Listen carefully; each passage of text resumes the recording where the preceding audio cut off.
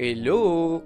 Aujourd'hui je vous emmène avec moi dans un endroit incroyable pour tous les passionnés de photos, de design et d'art visuel en général. Oui, je vais à Paris Photo. C'est l'une des plus grandes foires de photographie au monde, alors préparez-vous à découvrir des œuvres incroyables, des styles uniques et des inspirations sans fin. Mais avant d'entrer dans le vif du sujet, un peu d'histoire. Paris Photo a été fondé en 1997 et avec près de 30 ans d'histoire, c'est vraiment devenu une institution. Cette foire de photographie se tient chaque année ici, à Paris, dans les lieux emblématiques de la ville, et notamment le Grand Palais. D'ailleurs, pour cette édition 2024, on a de la chance, puisque jusque l'année dernière, elle se tenait au Grand Palais éphémère, mais là, le Grand Palais a été restauré. Et Paris Photo attire tout autant des galeries, des collectionneurs du monde entier et des passionnés de l'art. Son but, c'est vraiment de mettre en avant la richesse de la photographie, tout aussi bien avec des œuvres historiques qu'avec des œuvres contemporaines. C'est un événement où on peut découvrir les grands maîtres de la photographie et des talents émergents, des photographes qui explorent la frontière du médium et des galeries qui défendent des visions très originales. Paris Photo aide finalement la photographie à être reconnue comme un art majeur, tout en présentant toute une nouvelle génération d'artistes. En gros, Paris Photo, c'est un événement où passé, présent et futur de la photographie se rencontrent. On y découvre des œuvres qui capturent des émotions, racontent des histoires et ouvrent de nouvelles perspectives. Et aujourd'hui, je vais vous en donner un aperçu à travers mes yeux et ma caméra. Donc allez hop, c'est parti, direction Paris Photo et on commence notre visite.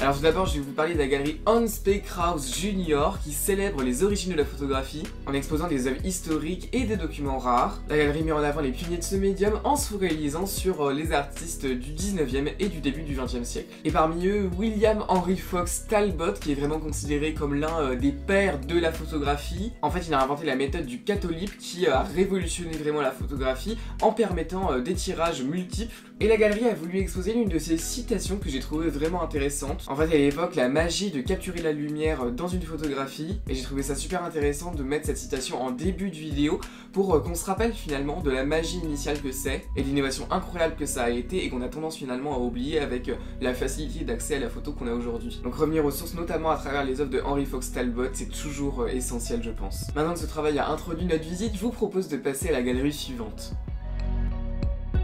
Pace, une galerie internationale de renom, se distingue vraiment par sa capacité à fusionner l'art contemporain avec des approches innovantes et différentes. À travers le monde, Pace se positionne comme un catalyseur de dialogue artistique, et ici la photographie dialogue avec d'autres médiums qui favorisent vraiment des explorations multidimensionnelles. Et parmi celles-ci, on va parler de l'œuvre de Ito Barada, une artiste marocaine et multidisciplinaire de 53 ans qui explore la relation entre l'histoire, la mémoire et la structure sociale. Dans Cut and Fold, elle va utiliser le papier comme médium principal qui signifie vraiment à la fois la résistance et la fragilité. L'œuvre s'inspire de techniques artisanales de pliage pour créer une métaphore profonde d'un message de résistance. En fait, Barada interroge ici la tension entre modernité et tradition, en puisant notamment inspiration dans ses différentes expériences politiques. Elle a en effet fait des études de sciences politiques à l'université de Paris Panthéon-Sorbonne, et elle a également été une journaliste engagée, un engagement qu'elle a traduit notamment par de multiples actions associatives, ou par son opposition médiatisée au roi du Maroc entre 61 et 99, Hassan II, qui appliquait un pouvoir autoritaire. Finalement, parfaite association de l'art et des réalités sociétales effectives dans le travail de Ito Barada. Son approche tactile et conceptuelle montre vraiment qu'elle veut engager son lecteur dans son œuvre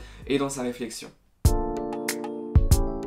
Maintenant, la galerie Christian Berst Art Brut, une galerie parisienne spécialisée dans l'art brut et qui met en valeur des artistes souvent marginaux. La galerie présente des œuvres échappant aux conventions académiques et commerciales, et donc c'est top parce que ça nous fait découvrir des choses auxquelles on n'est pas habitué du tout. Et c'est comme ça qu'ils ont exposé à Paris Photo le travail de John Kaiser, un photographe américain connu pour ses œuvres énigmatiques où la féminité est vraiment au centre. Travaillant avec des modèles souvent inconnus, il crée des mises en scène assez inattendues. Il essaye par exemple d'exposer des modèles féminins nus à côté de matériaux bruts, ce qui est en complète contradiction avec la féminité attendue. Les photographies de Kaiser reflètent donc une esthétique brute, parfois très inconfortable, mais finalement aussi captivante. En fait, il questionne les normes de représentation et repousse les limites de l'intime et du regard voyeuriste. Bon, dit comme ça met mal à l'aise, hein, mais c'est justement le but. À travers ça, il tente vraiment de faire naître dans l'esprit du spectateur un questionnement sur les normes sociales et morales auxquelles on est habitué, et il nous invite à les considérer plutôt comme des freins à la créativité et à la disruption. Kaiser s'inscrit dans une démarche instinctive où chaque cliché reflète un univers particulier, fascinant et dérangeant à la fois, ce qui pousse encore une fois la réflexion qui se cache derrière.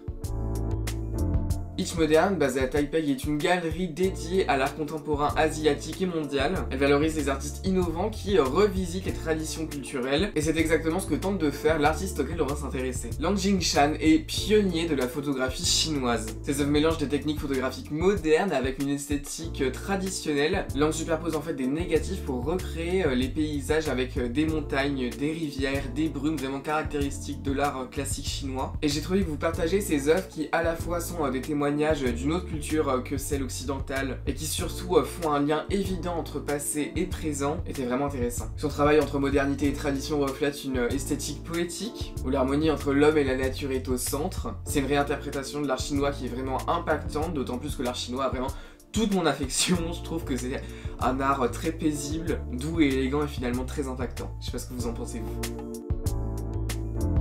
Bildal, galerie européenne d'avant-garde, se concentre sur la photographie fine art.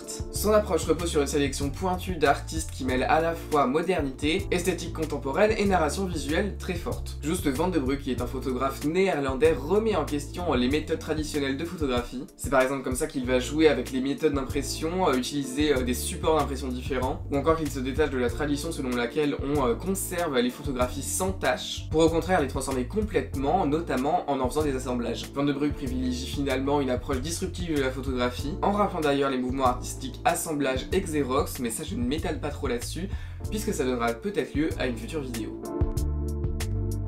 Independence, axée sur la photographie contemporaine, elle met en lumière des artistes explorant des réflexions diverses. Chaque exposition s'inscrit dans une problématique profonde sur le monde actuel. Et parmi ces problématiques, on a celle de Anton Kist, un photographe belge, qui interroge dans The Blue Skies Project notre rapport à la mémoire et au changement. Pour cela, au cours des 6 dernières années, il s'est rendu dans 1078 anciens camps d'extermination ou de concentration de la Seconde Guerre mondiale, et a photographié à chaque emplacement le ciel pour que la mémoire des horreurs qui se sont passées là-bas ne soit pas oubliée. Puisqu'en effet, il a remarqué que beaucoup de ces lieux ne gardaient aucun souvenir, aucune trace de ce passé immonde qu'ils ont eu. Ce projet à la croisée de l'art et de l'étude pousse le spectateur à réfléchir sur son rôle dans la transmission et la préservation de la mémoire.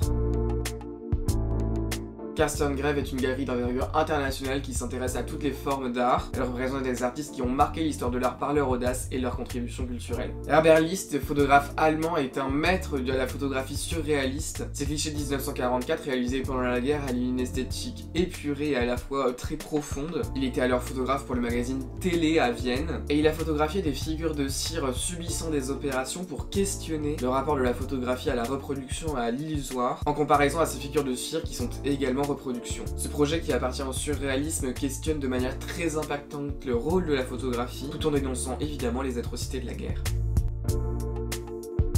This is No Fantasy, galerie australienne connue pour ses expositions avant-gardistes. Elle soutient les artistes qui explorent des thèmes identitaires, sociaux et culturels à travers des approches novatrices. Agio, artiste coréenne vivant en Australie, mêle photographie et textile pour réinterpréter les récits familiaux et culturels. Dans Grand-Mère Île, elle rend hommage aux migrants qui ont traversé les océans et mers qui séparent le Japon, la Corée et l'Australie. Les images imprimées sur ce textile évoquent à la fois une intimité familiale, c'est aussi l'histoire de sa famille, et une mémoire collective. Ce matériau reflète une fragilité de l'histoire et puisque le textile est moins lisse qu'une feuille de papier traditionnelle, évoque le fait que l'histoire est souvent remaniée, incomplète, que certains groupes sont oubliés, que certains événements sont oubliés. Agio questionne ainsi notre rapport au récit de l'histoire et à la mémoire.